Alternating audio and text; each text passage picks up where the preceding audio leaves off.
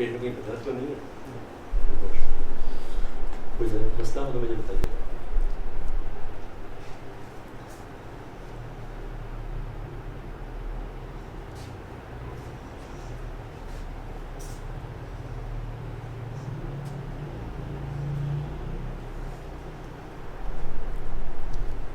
गहरा सांस लीजिएगा।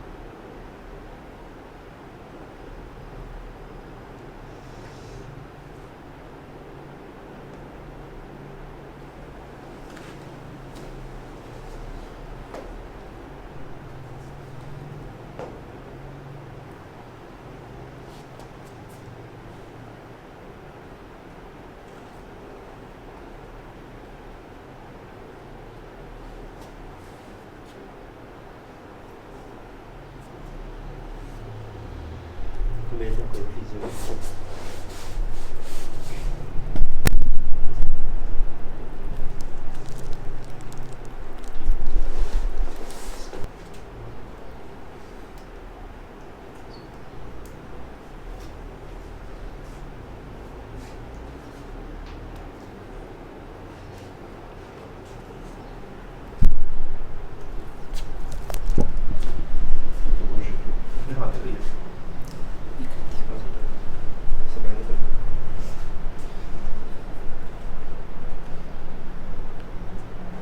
ये भी हमने ना जीपी जो है ना तफसील से कर मैंने जस्ट आपको ये शो करने के लिए कि मैंने जीपी कर ज़मीन जब डबल एंड टू दी रेडिमेड।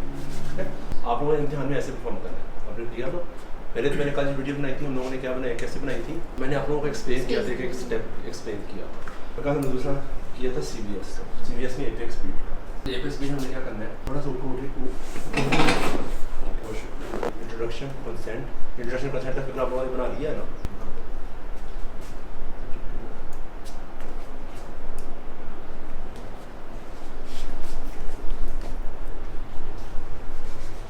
ये दर्द तो नहीं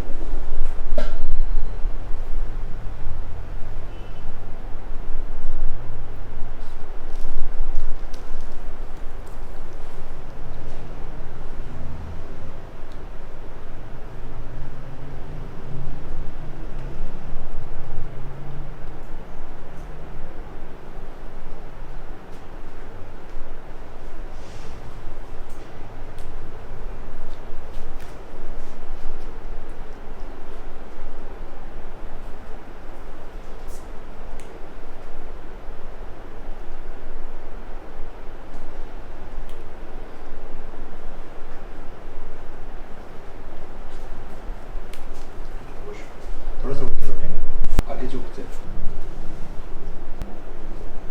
थोड़ा सांस बाहर कर वॉश अपने हाथ कर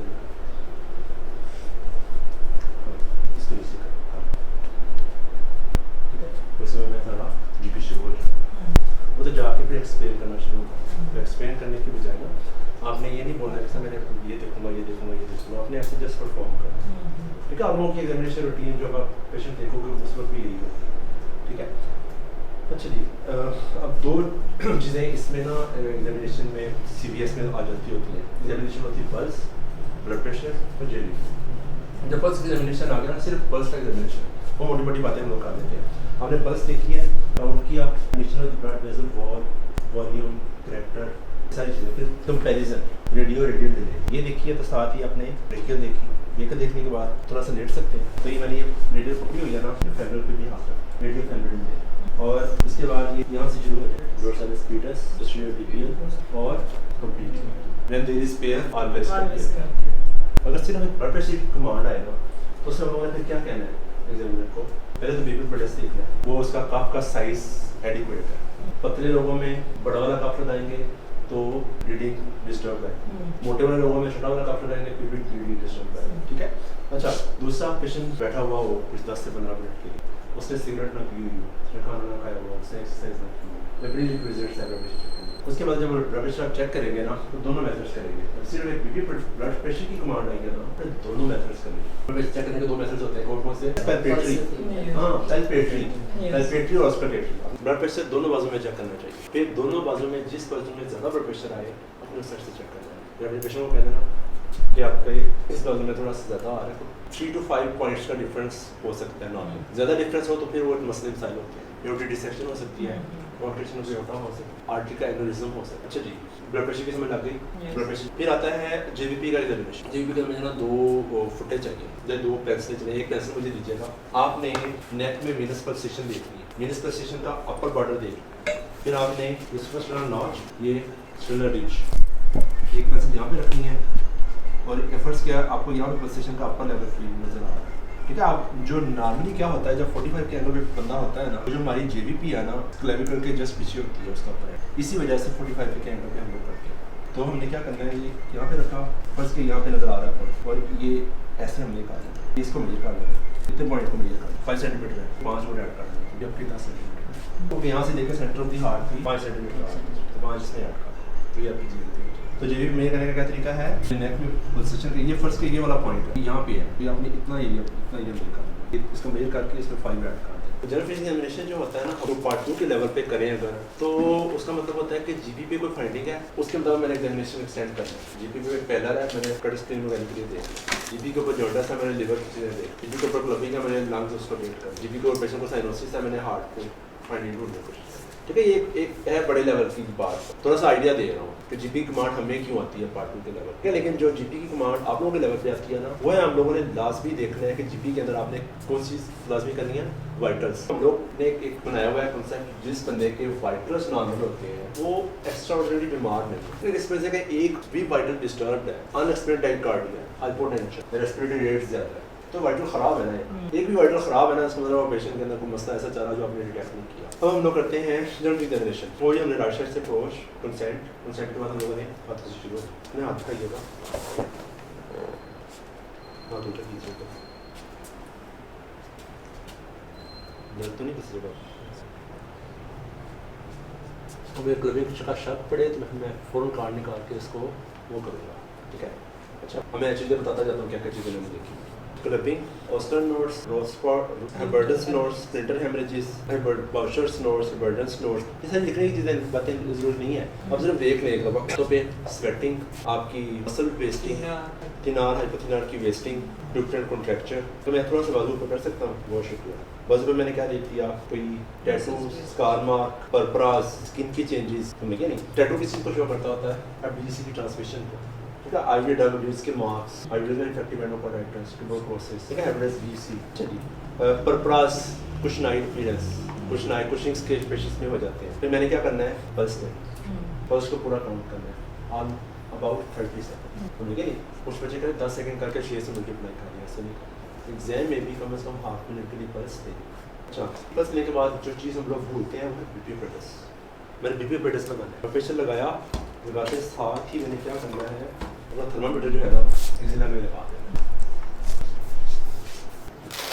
मैंने बीपी पेटस का कफ उतारा, कफ उतारते साथ ही मैंने अपना जो है थर्मामीटर निकाला। ये बड़ा ज़रूरी है। बड़ी दफ़ा ऐसे होता है कि थर्मामीटर हम लोग भूल जाते हैं, ऑर्गन स्टेशन पे जाते हैं तो पीछे से आवाज़ आती है, डॉक्टर साहब थर्मामीटर ले दे जाओ, तो इसको भूलना नहीं है। अच्छा, फिर उसके बाद पेशेंट की अपने बाजू ऐसे कीजिएगा, ऐसे नीचे दिमाग में दबाने नहीं दें, ठीक है, प्रोक्सिमल माइपर, ठीक है। इसको अब पेशेंट का चेहरा, चेहरे के ऊपर बहुत फाइंडिंग्स होती हैं। कुछ सारी क्लियरेंस हो सकती है, हाइपोथायराइड हो सकता है, एक्रोमेगाली नजर आ सकती है, पिगमेंटेशन नजर आ सकती है, मैलर रैश नजर आ सकती है, डर्मेटोमाइसाइटिस की रैश नजर आ सकती है, ठीक है। पेशेंट के चेहरे पे थोड़ी सी कीमे रोबरा वेरिफिस रेडनेस हो सकती है, एसवीसी ऑब्स्ट्रक्शन की वजह से पेशेंट की कंजेशन हो सकती है, समझ नहीं, आईज के ऊपर प्रोक्टोसिस हो सकती है, हाइपोथायराइडिज्म की। चेहरा जो होता है ना, बड़े आपने बड़े कंसल्टेंट्स देखे होंगे, पेशेंट का चेहरा देख के बहुत सारे डायग्नोसिस बनाते हैं, चेहरे के ऊपर बहुत फाइंडिंग, ठीक है, चेहरे के ऊपर। उसके बाद आईज, मेरी तरफ देखिएगा, अब हमें ये नहीं देखना आ रहा होता, पैलर और जॉइंट्स नहीं देखना आ रहा, सिंपल मेरी तरफ देखिएगा, मेरे हाथ की तरफ देखिएगा, ये कंजक्टिवा देखिएगा, कंजक्टिवा और स्क्लेरा देखने का देखिएगा, नीचे कंजक्टिवा है और आई बॉल के अंदर वाइट वाला आईज, ठीक है। उसके बाद अपने मुंह करिएगा, राश मार के आपने देखना ओरल कैविटी। ओरल कैविटी किस वजह से इंपॉर्टेंट है देखना, ओरल हाइजीन। ओरल हाइजीन किस चीज से रिलेटेड है, हार्ट से, इन्फेक्टिव एंडोकार्डाइटिस, ठीक है। उसके बाद आप लोगों ने नेक में देखनी है जीवीपी या पल्सेशन, नेक में पल्सेशन। नेक में पल्सेशन दो तरह की होती है, आर्टेरियल और वीनस पल्सेशन, ठीक है। अच्छा, फिर जो चीज़ पाँव पे एडिमा ऐसे कर लिया, फिर इसके बाद जो चीज़ हम लोग भूलते हैं ना, जीपी का तो होता है लिम्फ नोड्स। लिम्फ नोड्स नहीं करने आते, आप ऐसे टांगे नीचे करके बैठ सकते हैं, ठीक है, बहुत शुक्रिया। अब मैं क्या करूँगा, पेशेंट की बैक साइड पे जाऊँगा, बैक साइड पे जाकर मैं क्या करूँगा, पेशेंट की नेक को हल्का सा फ्लेक्स करवाऊँगा, नेक को फ्लेक्स करवाऊँगा। फ्लेक्स करवा के मैंने क्या करना है, submental, submandibular, pre-auricular, tree-auricular, anterior cervical और पोस्टीरियर सर्वाइकल। अब मैंने जब सर्वाइकल चेक करना शुरू किया, मैंने क्या किया, अपना एक हाथ उठा लिया, समझ गए नहीं, क्यों उठाया बोला, शाबाश, क्योंकि ओल्ड एज में जाके एथेरोस्क्लेरोसिस की वजह से जो आपकी कैरोटिड होती है वो पतली हुई होती है, उसका ल्यूमन एरो हुआ होता है। तो हम कैरोटिड को कोशिश करते हैं कि एक टाइम पे एक साइड देखें। भाई हम लोग ये लिम्फ नोड देख रहे हैं ना, लिम्फ नोड देखते हुए हमें हाथ को ऐसे करना है, ठीक है, और अपने कंधे ऐसे उचकाइएगा, ठीक है, बहुत शुक्रिया। अच्छा, अकेले लिम्फ नोड्स की भी कमांड आ जाती है, ऐसे बैठे रहिएगा। हमें ना एक्सिलरी लिम्फ नोड्स नहीं देख रहे हैं, अपने बाजू ऐसे कीजिएगा, मैं यहाँ पे दर्द तो नहीं, ये मेरा हाथ ऐसे, और इस हाथ से मैंने ऐसे पकड़ के ऐसे किया, ठीक है। ये बाजू को ऐसे बनवा के पहले ऐसे रखा, लेफ्ट हैंड से चेक किया, फिर मैंने बाजू ऐसे पकड़ा और यहाँ से ऐसे चेक किया, ठीक है। दूसरी तरफ भी ऐसे, तो ऐसे कीजिएगा। अब मैंने इस हाथ से इसको सपोर्ट दिया हुआ है और ये चेक किया, और मैं इस हाथ को सपोर्ट दे के इस हाथ से, मीन्स की दोनों जिला दोनों हाथों से चेक करती है, ठीक है। बाजू ऐसे कीजिएगा, यहाँ पे दर्द तो नहीं, फिर डॉक्टर लिम्फ। अगर अकेले लिम्फ नोड का एग्जामिनेशन को आ जाता है, अगर आपको एक ग्रुप मिला है लिम्फ नोड्स का, ऊपर में देखिए, हमने क्या करना है, ये सारे लिम्फ नोड्स देखिए। अगर लिम्फ नोड्स के ग्रुप्स और कहाँ पे होते हैं, नहीं किया अभी तक, इंग्वाइनल, ऊपर नेक में मिले हैं, फिर ट्रोक्लियर भी देखने हैं, इंग्वाइनल भी देखने हैं। इसका क्या रीजन है, और लिम्फोमास की कुछ टाइप्स होती हैं जिनमें एक में मौजूद होते हैं, एक में मौजूद नहीं होते। लिम्फ नोड्स की काजेस, लिम्फ नोड लाजमी काजेस आपको आनी चाहिए, टीबी, लिम्फोमा, एसएलई, गेट्स डिजीज, ब्रुसेला, एचआईवी और जो भी ड्रेनिंग एरिया है उसका इन्फेक्शन। अच्छा, आप लोगों ने आप लोगों से जब क्लिनिकल मेथड के स्टेशन के ऊपर वाइवा लेते हैं ना, तो हम लोग जस्ट आपसे इंटरेक्ट कर रहे होते हैं, टाइम्स आ रहे होते हैं, लेकिन जो क्लिनिकल मेथड का जो स्टेशन होता है ना, उसके मार्क्स नहीं है, उन सवालों के मार्क्स नहीं, लेकिन फिर भी आप लोगों को मोटी मोटी काजेस आनी चाहिए। हेपेटोमेगाली की काजेस, स्प्लीनोमेगाली की काजेस क्या है, लिम्फ नोड एनलार्जमेंट किस वजह से हो सकती है, पहले कुछ कंडीशन में हो सकता है, जोडस का भी डेप्थ होगा, जोडस की क्या काजेस है। तो ये 10-12 क्वेश्चन जो है ना, एग्जामिनेशन के हिसाब से आप लोगों को क्या करना चाहिए, ठीक है। वो एग्जामिनर 50 बच्चों का एग्जामिन एक दिन में होना है, तो वो हर एक से एक ही चीज़ कर करके वो उकता जाते हैं, ठीक है। वो भी वो असेस कर रहे होते हैं कि एक कितने पानी से, ठीक है। तो फिर हम लोग ये चीज़ असेस कर रहे होते हैं कि इसको कुछ काजेज अच्छी भी हैं, कुछ इसमें, आल्दो हम आपसे फाइंडिंग्स है वो तो नहीं रखते, लेकिन मैंने वहाँ फाइंडिंग्स वाले पेशेंट्स, वो टर्शियरी केयर में इम्तिहान हो रहा है ना, टर्शियरी केयर में तो हर पेशेंट अवेलेबल है, दुनिया जहान का हर पेशेंट हो गया। मैं डर्मेटोमाइसाइटिस, स्टाफाइलोसिस से मैंने अपने हाथों से डायग्नोस किया। एग्जाम में पेशेंट एक आप लोगों के एनालिटिक एग्जाम में पेशेंट लेटा हुआ था, यहाँ पे इतना बड़ा सा स्कार मार्क था जो आम देखने पे नहीं पता, क्योंकि आल्दो मैंने उसको चूँकि मैंने पहले एग्जामिन किया हुआ था जिसमें आइडिया था, लेकिन मैं इस चीज़ पे को स्कार मार्क को टिक ना करने पे मैं उसको फेल नहीं करूँगा, क्योंकि मेरी की के अंदर नहीं है, वो जो मेरी एग्जामिनेशन की सीक्वेंस की है उस पर स्कार पिक करने के मार्क्स नहीं है। अगर आपने पिक किया तो बहुत अच्छी बात है, अगर आपने स्प्लीन लार्ज पकड़ी है तो आपका प्लस पॉइंट है वो, तो प्लस पॉइंट, लेकिन कब होगा जब आपके बाकी चीज़ें ठीक हो, तो नहीं बाकी चीज़ें ठीक हो, ठीक है। अब आप हजरत ये जीपी जो है ना, आप लोग आपस में इसको जितना हमने पढ़ा ना इसको रिक्रिएट करें, एक दफ़ा खुद पेपर पे लिखो, उसके बाद 3 का बन के ना फिर तो इसको परफॉर्म करो, ठीक है। इसको फिर दोबारा शुरू करते हैं। ये मायने देख के हाथ लगा के आपको मायने के दौरान किसी किस्म की दर्द महसूस होती हो तो आप मुझे बता दीजिए, मैं मायना रोकूँगा। चलिए अपना मायना शुरू करने वाला, ठीक है। अच्छा, पहले हम चेक करेंगे पल्स। जनरल फिजिकल एग्जामिनेशन में हम 5 वाइटल्स चेक करेंगे। 5 वाइटल्स में pulse, blood pressure, respiratory rate, oxygen saturation और टेम्परेचर। ऑक्सीजन सेचुरेशन तो वहाँ पे हम चेक नहीं करेंगे, लेकिन फिर भी पल्स ऑक्सीमीटर लेके जा रहे हैं, ठीक है। तो अभी ये 5 वाइटल्स हम किस तरह चेक करेंगे? ब्लड प्रेशर और टेम्परेचर हम एक साथ चेक करेंगे, लेकिन पल्स हम सेपरेट चेक करेंगे। हम इसी तरह ये जनरल फिजिकल एग्जामिनेशन में हम सिर्फ रेडियल पल्स चेक करेंगे। इस तरह हाथ रख के आप वॉच को देखेंगे, 30 सेकंड तक हम देखेंगे, फिर अप्लाई करेंगे, ठीक है। उसके बाद ब्लड प्रेशर हम इस तरह चेक करेंगे दोनों मेथड्स पे, अस्कल्टेटरी और पल्पेटरी, ठीक है। अभी हम सिर्फ अस्कल्टेटरी। जब हम ब्लड प्रेशर चेक करते हैं तो ब्लड प्रेशर के साथ साथ हम थर्मामीटर भी रखते हैं हाथों में।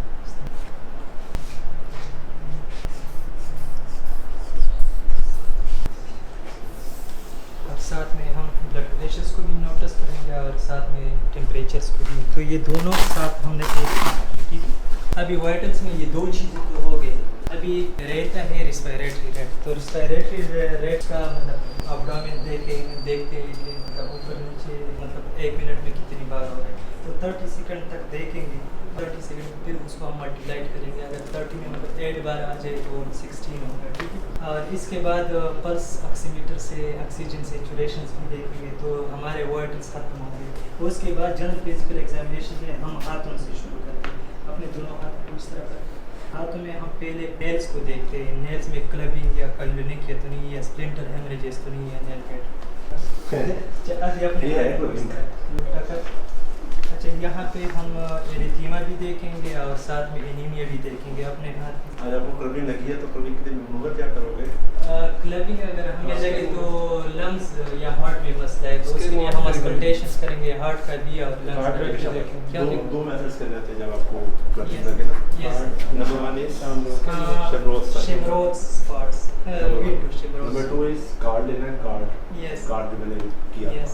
तो दोनों कर सकते हैं। अपने उंगलियों को इस तरह कर। देखो तो बन रही नहीं बन रही सर। नॉर्मल में तो बन तो क्या तो दिया कि क्लबिंग है। हाँ सर, देख ले नॉर्मल तो बन। हां नॉर्मल बनती है ना, तो उसके लिए वो फाइंडिंग मिल गई है। शेमरोज स्मॉल शेमरोज साइन। हां शेमरोज साइन। सर ये तो नहीं आ रहा है, ये नॉर्मल फिर जिधर क्लबिंग होती है तो क्लबिंग की काजिश क्या होती है? रेस्पिरेटरी हो सकती है, कार्डियक हो सकती है, जीए का रेस्पिरेटरी काजिश क्या होती है क्लबिंग की? Bronchitis, CA lung abscess, pulmonary tuberculosis, interstitial lung disease. Yes, ठीक है। एब्डोमेन में क्या हो सकता है? Inflammatory bowel disease, coeliac disease और हार्ट में कंजेनिटल, शाबाश, congenital syndromic heart disease. Yes mainly, yes, ठीक है। नेल्स हमने देख लिए, हैंड का एग्जामिनेशन हमने कर दिया। उसके बाद फिर हम करेंगे ये आर्म्स की एग्जामिनेशन। आर्म्स स्किन्स हम देखते हैं, टैटूज देखते हैं, स्कार्स वगैरह तो नहीं है या कोई। फिर हम इसी वाइटल फोर्स को देखते हैं कि ड्रग एब्यूज़र्स तो नहीं है। और इसके बाद ना अपने हाथों को इस तरह कर मेरे मुखालिफ जोर यहाँ से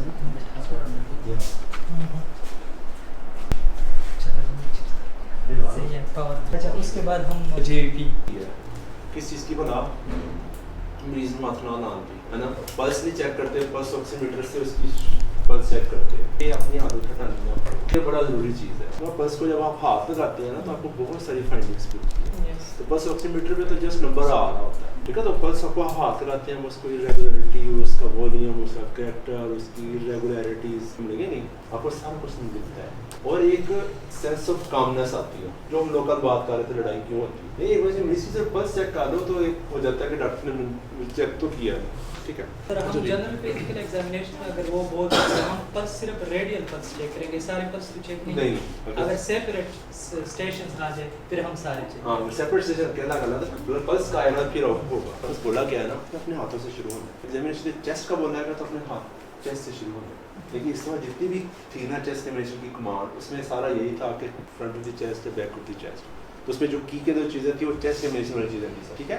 45 का angle, front of the chest 45 का एंगल। चलिए इसमें भी आप लोगों ने introduction, consent, right side approach, positioning, exposure, ये इसके 4-5 नंबर आपको मिल जाते हैं। और पेशेंट ने कमीज नहीं पहनी तो वेस्ट डाल लें, रिक्वेस्ट कैसे करनी है कि क्या मेरे लिए आपके महीने के लिए आपकी कमीज़ का उतरवाना जरूरी है, क्या आप आईडी उतार सकते हैं। पेशेंट उतारा हो तो उनकी हेल्प करें क्या, और जब उसने कमीज़ उतार लिया तो क्या कहना है, शुक्रिया, आपका बहुत शुक्रिया। उसके बाद वही इसके भी चारों कंपोनेंट्स, इंस्पेक्शन, प्रिपरेशन, प्रोफेशन और उसका टेस्ट। अब इंस्पेक्शन पे क्या है, आप लोगों ने ज़मीन से देखा, ऐसे झुक के देखा, पिछले के लेवल पे आके देखा और फुट एंड पे जाके देखा, ठीक है। और जो फुट एंड की जो फाइंडिंग है ना, फुट एंड की फाइंडिंग सबसे ज़्यादा चेस्ट की इंपॉर्टेंट होती है। चेस्ट मूवमेंट्स, चेस्ट में बल्ज, कोई जो भी फाइंडिंग आपको मिलती है वो आपको फुट एंड की इंस्पेक्शन से मिलती है। अच्छा, फुट एंड के इंस्पेक्शन में हम लोगों ने इसमें एक एक्स्ट्रा काम करना है, वो क्या है, रेस्पिरेटरी। चेस्ट एग्जामिनेशन में रेस्पिरेटरी रेट कितनी लेना है, 30 सेकंड्स, कम से कम 30 सेकंड्स। तो लेकिन ये चीज़ याद रखिएगा 30 सेकंड्स के लिए, क्योंकि फर्स्ट किया अगर मैं 15 सेकंड्स के लिए लेता हूँ, मैं कहता हूँ मुझे रीडिंग आती है 4 को मल्टीप्लाई करूँगा 4 से 16, तो उस दिन और जब तक मैं मिस कर जाता हूँ 6 था 15, 6 मल्टीप्लाई बाई 4 24, तो 16 और 24 में बड़ा फर्क है। तो 16 और 24 का मतलब ये कि पेशेंट को अच्छा खासा सांस चढ़ा हुआ है, ठीक है। तो इस वजह से रेस्पिरेटरी रेट कोशिश करें कि हमेशा 30 सेकंड्स के लिए करें। अच्छा, उसके बाद आता है पैल्पेशन। पैल्पेशन में ना एक चेस्ट की पैल्पेशन है और दूसरा ट्रेकिया की पैल्पेशन। मैं आपकी सांस वाली नाली को टच करूँगा, इससे आपको हल्की खांसी आ सकती है, ठीक है। ये थोड़ा सा अनकंफर्टेबल होता है, आप अपने यहाँ पे हाथ लगा के देखें, अच्छा खासा अनकंफर्टेबल चीज़ है। जो ट्रेकिया पैल्पेशन होती है 2 मेथड से होती है, थोड़ा सा सीधा प्लेट चाहिएगा, सर ऐसे नीचे, हाँ 1 फिंगर मेथड और 3 फिंगर मेथड। 1 फिंगर मेथड क्या है, मैंने ऐसे ट्रेकिया को प्लेट किया, ये करने के बाद मैंने देखा ये सेंटर में रह रही है, दूसरा एक साइड पे मैंने इसे पुश करके देखा कि किसी एक साइड पे मेरी उंगली ज़्यादा तो नहीं जा रही, ठीक है। दूसरा आप लोगों ने क्या करना है, 3 फिंगर मेथड। 3 फिंगर मेथड में आप लोगों ने क्या है, देखना है मेरी उंगली ऐसे सेंटर में रह रही है, ठीक है। नॉर्मली ट्रेकिया जो होती है ना थोड़ी सी राइट साइड के ऊपर वेटेड होती है। ट्रेकिया की शिफ्टिंग के वक्त हम लोग लफ्ज़ यूज़ करते हैं कि पुल्ड है या पुश्ड है, तो ट्रेकिया की शिफ्टिंग या पुल होने की वजह से होती है या पुश होने की वजह से। पुल होने से क्या मुराद है कि कोलैप्स है, लंग का वजन खत्म होगा तो ट्रेकिया इधर आ गई, या अपर लो फाइब्रोसिस होगी तो ट्रेकिया को अपने पुश पुल करेगी। और पुश से क्या मुराद है, निमोथोरैक्स है या फ्यूजन है, कोई मैस बनाने वाली चीज़ है, ट्रेकिया को पहली तरफ पुश किया। अच्छा, पैल्पेशन पे अगला काम क्या करना है आप लोगों ने, दर्द तो नहीं किसी जगह पे, तो आप लोगों ने टेंडरनेस देखनी है। टेंडरनेस जब आप हाथ लगाएंगे ना, टेंडरनेस के अलावा और क्या चीज़ मिल सकती है आपको, crepitus, subcutaneous emphysema. Subcutaneous emphysema feel किया हुआ है कभी किसी पेशेंट का, जिस पेशेंट में चेस्ट ट्यूब बड़ी होती है ना, उसको आई बाहर रह जाए तो एयर सीपेज की वजह से सबक्यूटेनियसली वो एयर आती है, तो आपको ऐसी फीलिंग आती है जैसे हम लोग पता लें खुश्क पता उसको हाथों में तोड़े तो जैसा आपको किरसी फील होती है, जैसी फीलिंग आपको एग्जैक्ट इस तरह की इस पर आती है, ठीक है। तो हमने टेंडरनेस और क्रेपिटस ये देख लिया, ठीक है। उसके बाद आती है चेस्ट एक्सपेंशन, जो पैल्पेशन का हिस्सा है, तो हम लोग सही फॉर्म नहीं करते। तो हमने क्या करना है, मेरा हाथ ऐसे है ना, गहरा सांस लें, मैंने देखना मेरे दोनों हाथ मिट्टी के लिए ऊपर उठ रहे हैं कि नहीं उठ रहे, ठीक है। ठीक है, बहुत शुक्रिया, ठीक है, बहुत शुक्रिया। अब मैंने ये वाला जो स्टेप है ना, लंबा सांस लो,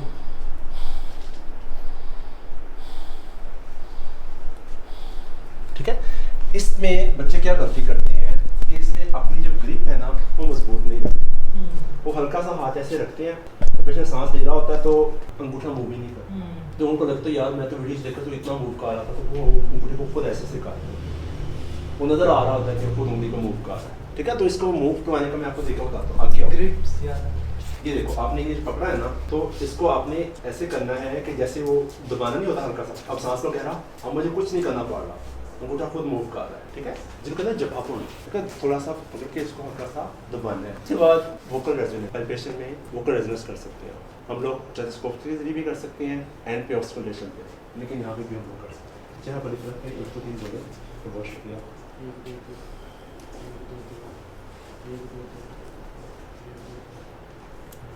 बहुत शुक्रिया सर। ये दोनों हाथों से एक साथ कर सकते हैं, अगर दोनों हाथ फॉर एग्जांपल इस तरह रखते हैं पेशेंट्स को 1 2 3 इसमें आपने कंफ्यूजन आई, पता क्या, when there is pair always compare, लेकिन जब आपने दोनों हाथ रखे होंगे ना, आप कंफ्यूज हो जाओगे मेरे किस हाथ पे फर्क था, मेरा कंफ्यूजन है वाला पेशेंट है, उस पे जाकर करके देखना आपको, ठीक है। आपको पता चल जाता है कि इधर तो आवाज सही आ रही है, इधर नहीं सही आ रही, ठीक है। इससे आपको पता चलता है, दोनों हाथ इकट्ठे रखेंगे तो उससे आपका माइंड वो हो सकता है कि ये अपनी फाइंडिंग आ रही है कि नहीं आ रही। अच्छा जी सर, ये सिर्फ 3 स्पेसेस पे करेंगे, क्या चीज़, मतलब ये 3 स्पेसेस साइड पे आप देखो ना, जब हमने 1 2 3 बुलवाया, बुलवाने के बाद जो चेस्ट के ऊपर वाइब्रेशन प्रोड्यूस हुई वो हमने फील करनी है, और जिस जगह पे लंग्स होंगे उस जगह वाइब्रेशन फील होगी, जहाँ पे एयर आ रही है वहीं पे आवाज फील होगी। फिर आती है परकशन। परकशन का मेथड क्या है, कैसे आप लोगों ने सीखना है वो मैं आपको सिखा देता हूँ।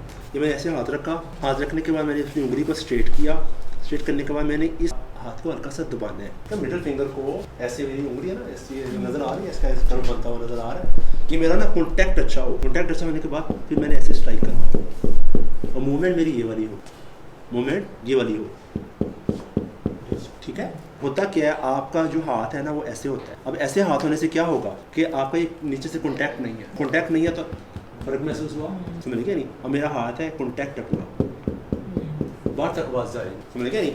दूसरा, एग्जाम के दिनों में नाखून काटते थे मुझे, बड़े नाखून ये क्योंकि अपने आप को जख्मी करने वाली है, उंगली मेरी सिर्फ हो गई। एग्जाम के दिनों में नाखून लाजमी काटते थे। अच्छा, तो परकशन जो है वो कहाँ करनी है, ऊपर क्लेविकुलर, दूसरा क्लेविकुलर और बाकी नीचे लंग्स। सुपर क्लेविकुलर करने का क्या तरीका है, यहाँ पर रखा। अच्छा, कुछ लोग कहते हैं क्लेविकुलर पर डायरेक्ट स्ट्राइक करें, मैं इसके हक में नहीं। क्लेविकुलर ऊपर डायरेक्ट स्ट्राइक करके अपने इधर मार के देखो जरा, वो पता चलेगा अच्छी खासी चोट लगती है। तो पेशेंट की वेलफेयर में जो सबसे इंपॉर्टेंट चीज़ होती है उसको तकलीफ से बचाना। आपकी एग्जामिनेशन में पेशेंट डिस्कम्फर्ट में ना जाए, चीज़ को सूट बना लो। आप लोग सिर्फ पास कर इसी बात पे पास हो जाते होते हो कि आपने पेशेंट की वेलफेयर का ख्याल रखा, ठीक है। पेशेंट की वेलफेयर सबसे इंपॉर्टेंट चीज़ है। अच्छा, आपको इसमें लगी ना, मैं इस पे आगे समझ।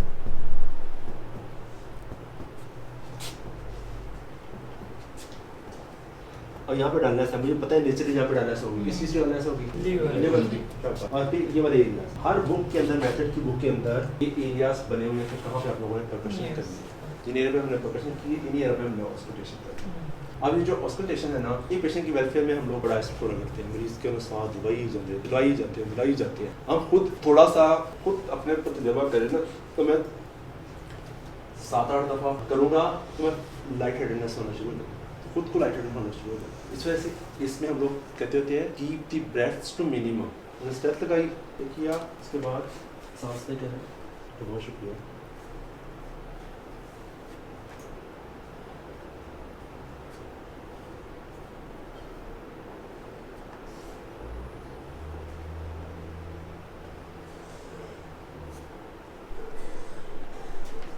अच्छा, इसमें मैं टीचिंग में एक चीज़ का इजाफा कर सकता हूँ। अगर आपको लगे कि पेशेंट की एक साइड कम मूव कर रही है, उस जगह का परकशन नोट भी इम्पेयर्ड है, तो उस साइड पे ज़्यादा टाइम लगा लें ऑस्कल्टेशन करने में, परकशन करने में। तो पेशेंट होगी ऑस्कल्टेशन होगी, ऑस्कल्टेशन में उन्होंने सुनना क्या है, नॉर्मल साउंड, रनकाई नहीं, नॉट एब्नॉर्मल साउंड। आप लोगों से मैंने क्या तो है, नॉर्मल साउंड, तो normal vesicle breathing, normal breathing, ठीक है। तो नॉर्मल ब्रीदिंग सुनने, इंस्पिरेशन कैसी है, एक्सप्रेशन कैसी है, उसके बाद आप लोगों ने बोलना है कि कोई एब्नॉर्मल कोई साउंड आ रही है कि नहीं आ रही है।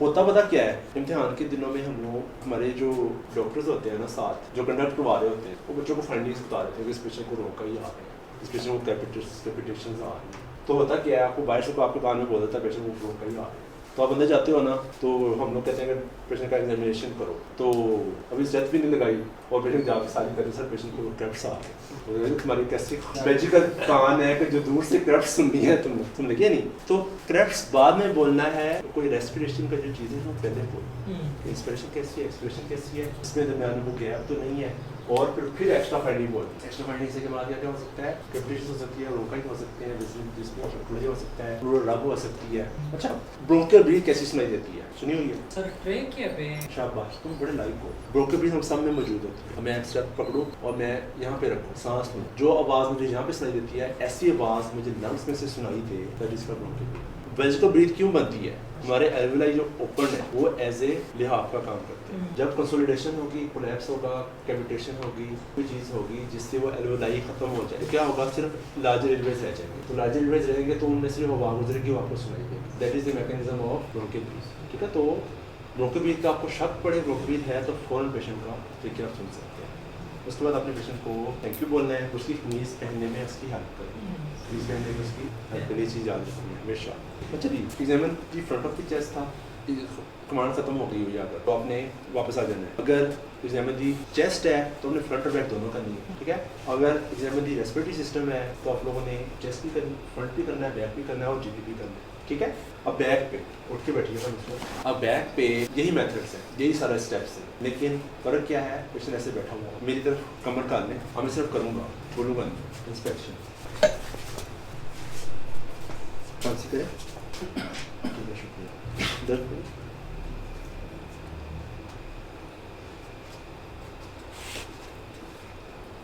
समझते क्या हाँ, मैं देख रहा हूँ मेरी उंगलियाँ सिमेट्रिकली ऊपर उठ रही हैं, ठीक है, समझते क्या हाँ।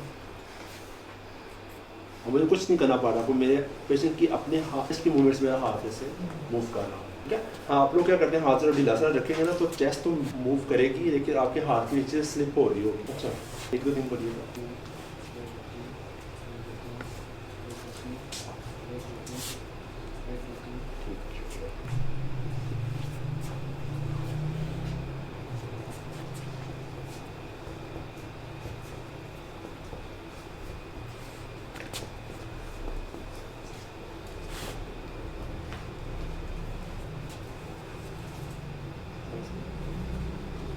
ठीक है, आराम से।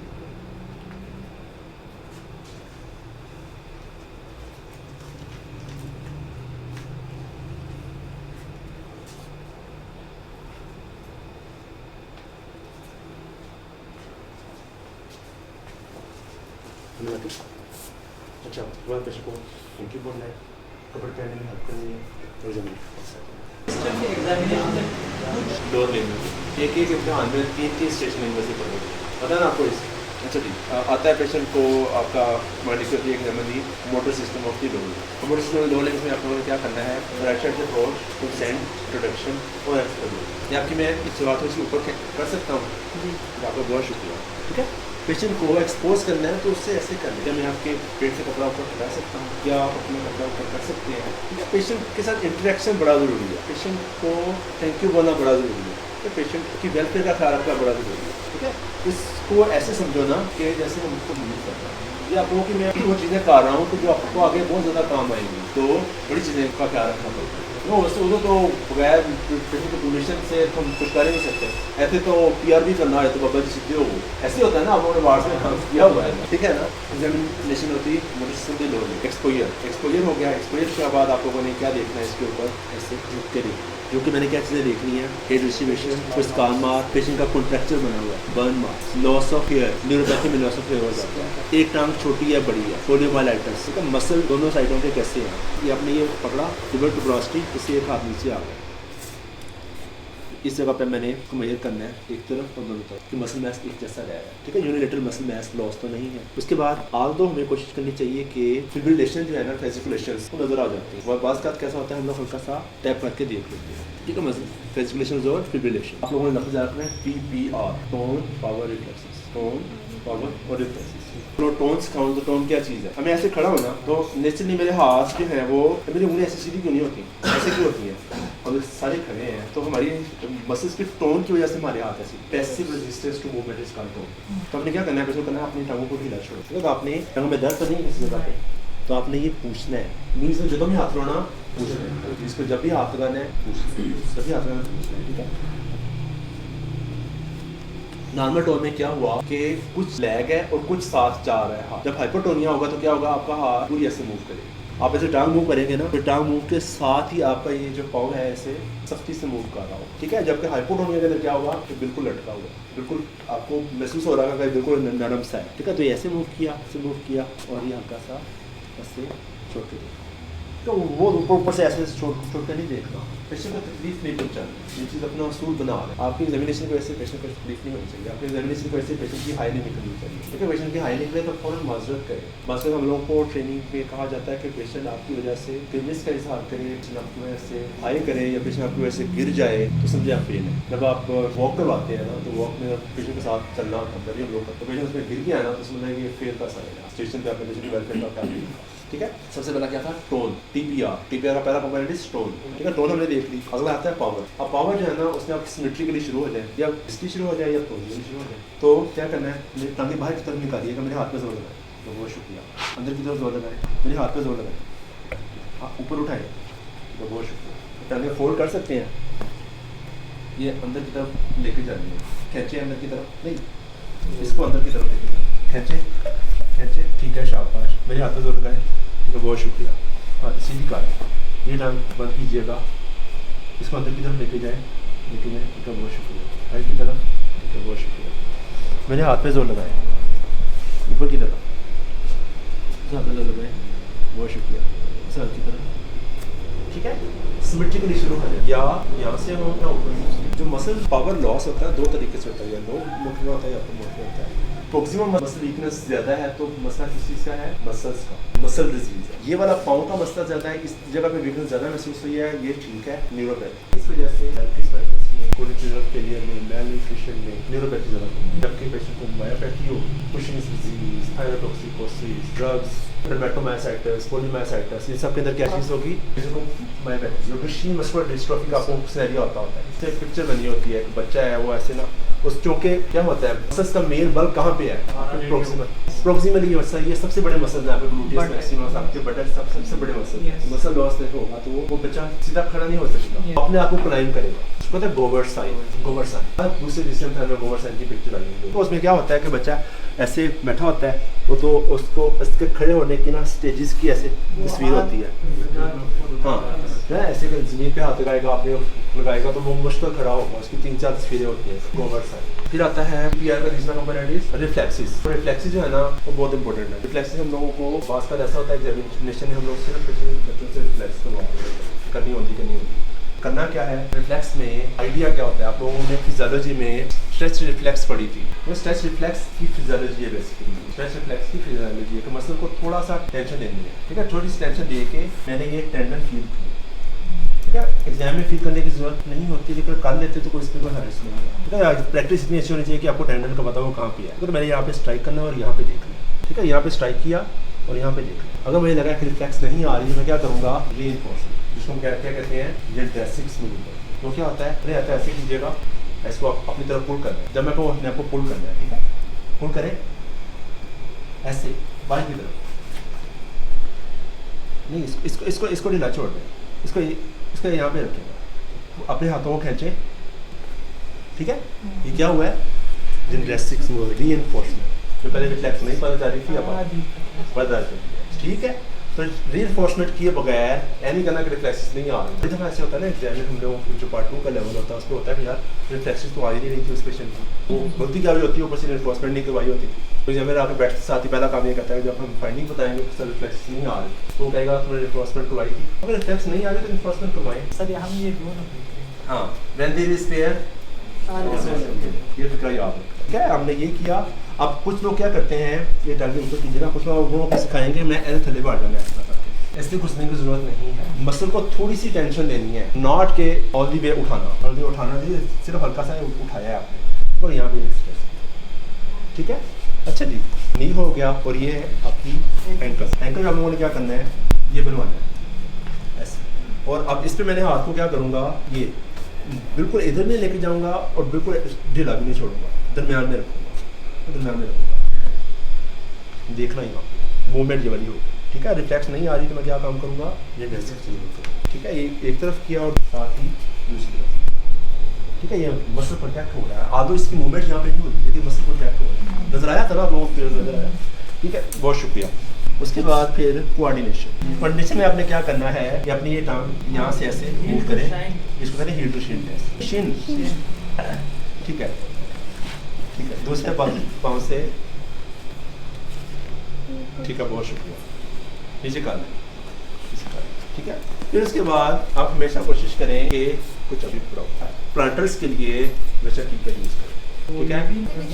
मेरी बहन, आप लोग एग्जाम के दिनों में ना ये नया खरीदते होते हैं, तो इसका इतना ये शार्प होता है ना, ये जख्मी कर देगा, तो हमेशा कोशिश करें ग्लासेस से करें, पेंसिल यूज़ नहीं करनी, निशान नहीं पाना। वार्डों में आपने देखा होगा ना, स्ट्रोक के पेशेंट्स की टांगों के पाँव के ऊपर पेंसिल चेक के निशान क्या होता है ना, तो अच्छी बात नहीं है, डांट पड़ती है। रिफ्लेक्स चेक करने का क्या तरीका है, आपने पहले इन टोस को थोड़ा रिलैक्स करवाना है, रिलैक्स करवा के फिर आपने लेटरल बटर से शुरू होना है, लेटरल बटर से, आउटर बटर से, ठीक है, ऐसे नीचे की तरफ। अब चूँकि इसका यहाँ पे आके रिफ्लेक्स आई है, तो मैं इस वजह से पूरा यहाँ से यहाँ तक आया, समझ गए नहीं।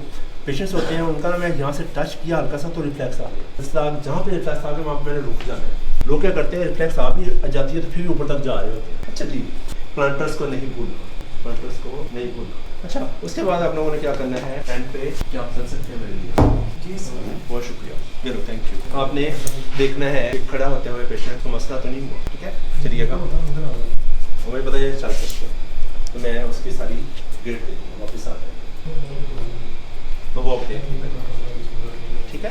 अच्छा जी, जो उन्होंने बात की थी ना वो टेंडम वॉक, क्या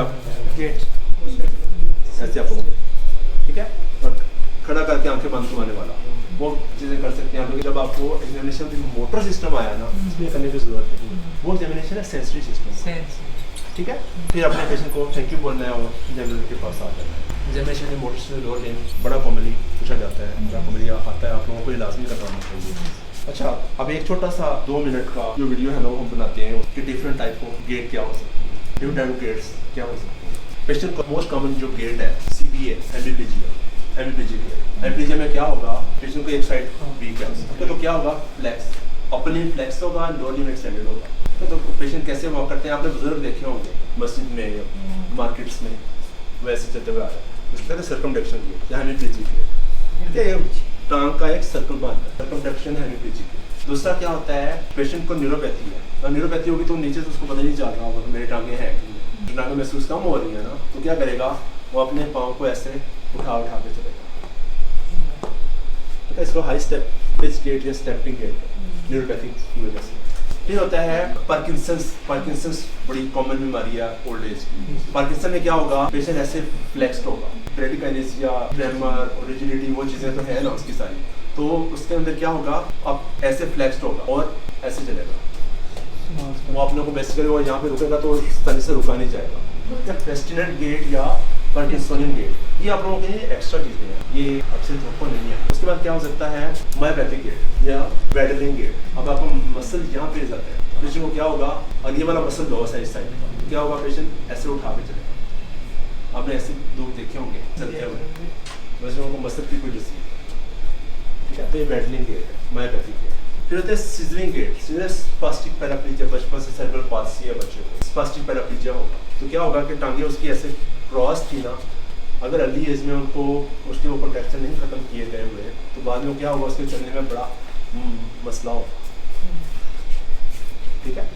तो ये ऐसे सीजन जैसे कैंसरी है, सिजलिंग गेट। फिर आखिर में आती है सेरिबेलर गेट, जिसको हम ड्रंकन गेट भी कहते हैं। सेरिबेलम का मेन काम क्या होता है, लोगों का बैलेंस कंट्रोल करना। तो बैलेंस कंट्रोल करने से क्या होगा, जिस साइड का उसका सेरिबेलम की इन्वॉल्वमेंट होगी, पेशेंट बेसिकली उस तरफ गिरता हुआ चला जाए। कुछ लोग कहते हैं आंखें बंद करवा के गिरने वाला काम वो सेरिबेलम से रिलेटेड है, तो सेरिबेलम से रिलेटेड नहीं है, तो आपकी जॉइंट पोजीशन सेंस के ऊपर है। जब कोई जॉइंट पोजीशन सेंस लॉस होगी तो पेशेंट अपने विजुअल्स, अपनी आंखों पे इन्हिसार कर रहा होगा अपने बैलेंस को कंट्रोल करने के लिए।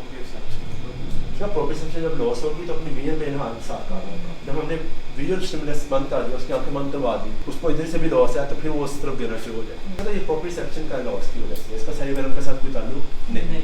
चले, बहुत शुक्रिया। अभी आप लोग ये एग्जामिनेशन ना उसकी प्रैक्टिस करें। बाकी हमने एग्जामिनेशन का फ़ायदा क्या है, एग्जामिनेशन जो होता है ना बेसिकली होता है 2 सवालों का जवाब देने को, व्हाट इजीली है एंड वेयर इजीली है। बहुत बड़ा टॉपिक है ये, लेकिन छोटा सा मोटे पॉइंट आपको बता सकता हूँ कि जो नींद होती है ना 2 तरह की होती है, upper motor neuron, lower motor neuron. Upper motor neuron में क्या होता है, हर चीज़ ऊपर की तरफ, बेस के आपके जो फ्रंटल्स हैं वो ऐसे ऊपर की तरफ जाते हैं, रिफ्लेक्सिस एक्सेजरेटेड होती है, टोन इंक्रीज होती है, पाँव सख्त होते हैं, अकड़े हुए होते हैं, जबकि लोअर मोटर न्यूरॉन में ये सारी चीज़ें उल्टी होती है। फ्रंटल्स जो हैं या तो बिल्कुल ही मूव करते हैं या डाउन गोइंग नहीं होते। दूसरा, अपर मोटर के अंदर वेस्टिंग नहीं होती, लेकिन लंबे अरसे तक अपर मोटर रहे तो डिसयूज एट्रोफी हो जाती है, तो मसल यूज ही नहीं हो रहा है, बस पेशेंट चल ही नहीं पा रहा, तो मसल लूज होना चाहिए। यूज इट और लूज इट वाली बात है। आपको इस चीज़ की समझ लगी कि हम लोग एग्जामिनेशन क्यों करते हैं, ठीक है। 2 सवालों का जवाब देना पड़ता है, इसलिए मेन आप लोगों को हम लोग क्वेश्चन पास पूछ लेते हैं, इस upper motor what is non, तो अपर मोटर के फीचर्स बोलो। अपर मोटर में क्या क्या फीचर्स हैं, मसल की वेस्टिंग नहीं है इंस्पेक्शन पे, और TPR पे आए तो टोन कैसी है, हाइपरटोनिक, पावर पे आए तो पावर दोनों में डिक्रीज होती है। R से रिफ्लेक्सिस कैसी है अपर मोटर में, हाइपर रिफ्लेक्सिस। हील शील्ड टेस्ट दोनों में नॉर्मल हो सकता है, पूरा कोऑर्डिनेशन का टेस्ट, ठीक है। और प्लांटर्स पे आए तो प्लांटर्स कैसे होंगे, आपको ही होंगे। अपर मोटर न्यूरॉन कहाँ से होती है, ब्रेन स्पाइनल कार्ड की वजह, जबकि लोअर मोटर शुरू होती है आपके स्पाइनल कार्ड में जो न्यूरॉन्स हैं उससे आगे होती है, फिर हॉर्न सेल से लेके मसल्स तक, और दिमाग में चीज़ें आती हैं, फिर हॉर्न सेल्स आए, सेल से आगे आपकी नर्व्स बनी, नर्व से आगे न्यूरोमस्कुलर जंक्शन आया, फिर मसल जंक्शन के आगे आपका मसल आया, मसल की डिजीज़ हो, न्यूरोमस्कुलर जंक्शन की डिजीज़ हो, नर्व्स की डिजीज़ हो, फिर हॉर्न सेल्स की डिजीज़ हो, तो रीजन क्या होगी, ठीक है। अब मसल्स की diseases, myopathies, muscular dystrophies, neuromuscular junction की डिजीज के नाम बताओ। शाबाश। मैसेज ग्रेविस और दूसरी डिजीज लैम्बर्ट, शाबाश। समझ आती है ना कॉन्सेप्ट। एनएमजी से ऊपर क्या चीज़ है? नर्व की डिजीज। न्यूरोपैथी के अन्य वहाँ काजेज हैं, diabetes, renal failure, malnutrition, vasculitis, alcohol, stroke कोई भी है वो हमेशा अपर मोटर होगा। MND is always upper motor. MND जो है ना वो एक एक्सेप्शन, उसने दोनों तरह की डिजीज होती है। अब एमएनडी की 4 टाइप्स होती है। सबसे कॉमन क्या है? ALS, उसमें अपर मोटर दोनों होते हैं। फिर आती है PLS, प्राइमरी लेटर्स, उसमें सिर्फ अपर होते हैं। फिर आती है PMA, प्राइमरी मस्कुलर एट्रोफी, उसमें सिर्फ लोअर होती है। ठीक है, और जैसे बर्बर और सुडोबर्बर पाल्सी, आपको अपर और लोअर के दोनों के फीचर्स मिल रहे हो तो एमएनडी एक डायग्नोसिस होता है। लेकिन ये थोड़ी सी एमएनडी तक हम लोग जाते नहीं हैं। ये तो मैंने आपने क्योंकि लफ्ज़ बोल दिया इसमें एक्सप्लेन कर दिया। तो याद रखने वाली चीज़ लोअर एग्जामिनेशन में आप लोगों की यही है मेनली कि क्या होती है, लोअर बटर क्या होती है, अपर के क्या काजेज है, लोअर की क्या काजेज है। तो आपने एग्जामिनेशन किया है तो आपको कुछ ना कुछ डिफरेंशियल अगर देना पड़ जाता है तो आप कुछ ना कुछ तो बोल सकते। तो आज एग्जामिनेशन के बाद आप लोगों ने ये चीज़ सीखी है कि मैं अपर और लोअर में डिफरेंशिएट कर सकता हूँ। ठीक है, मैं मीटिंग एंड कर रहा हूँ।